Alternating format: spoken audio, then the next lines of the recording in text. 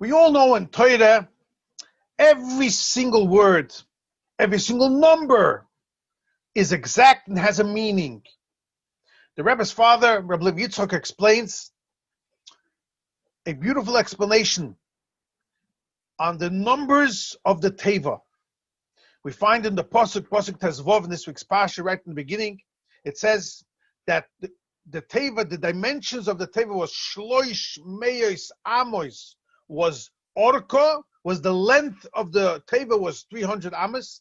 It was 50 Amos berachba, 50 Amos in the width, and Shloishim Amos Kemosei, 30 Amos was the height.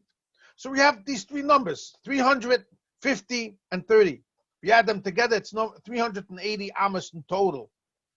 What's the meaning of these numbers? So the Rebbe's father explains a beautiful thing. We all know it says in Chassidus, there's two Shemois, the Shem Havaya and the Shem Adnai. Shem Havaya shows Angili Elokus, as the Rebbe explains in the Gers, in Shayichet Vamuna, Perek Dalet, Barichus. Shem Adnai is where the Eibishter enclosed himself in a world of Teva, in a world of nature. That's where Hashem is concealed.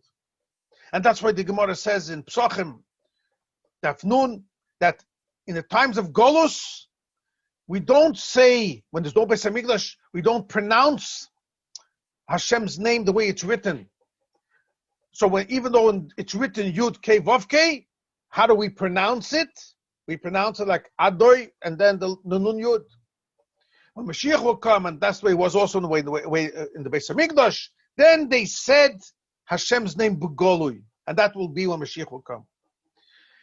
So whenever we have the avoida, the service, or the idea, the concept of bonding, connecting Hashem and the world, that's the unity of the impact of Shem Havaya on Shem Adnai.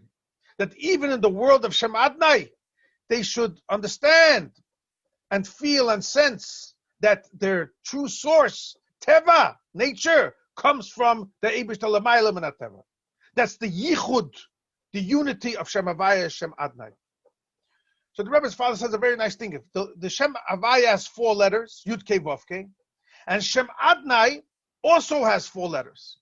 If you would write on a piece of paper, Yud Kei Vav Kei, and under it, right under the 4 letters of Yud Kei Vav Kei, you'll write the Shem Adnai, Aleph, Dalet, Nun, Yud. Now, let's times the letters of Shem Havaya, times it to the letters of Shem Adnai. So the first letter, Yud, will times by Aleph. 10 times Aleph is 10. Second letter of Shem Havaya is Hey. Hey times Dalet, second letter of Adnai, 20. Third letter of Shem Havaya is Vov, 6. Times it by the third letter of Adnai, Nun. 6 times 50 is 300. And the last letter of Shem Havaya, Hey, times it by Yud, Adnai, last letter Yud, is 50. 10 times 5. So now let's add up the numbers together that you have in total. We have a 10, 20, 300, 50. Add it up together, you get exactly to 380. Shin Nun Lamed. So the Rebbe's father explains, Noach, one was the beginning of bringing the world to a tikkun, to correct the world from the mistake of the Mabel, which they denied the existence of the Eibishter. Noach was a tzaddik. In Kabbalah, it says that tzaddik is the level of Yisoid, explains the Chassidus too. Like it says, tzaddik Yisoid Olam. Yisoid means that he wants to impact the world, he wants to affect the world and to connect it to Hashem, to the Eibishter. So you have the unity. Noach was he wanted to start that concept of bonding and connecting the world with Hashem.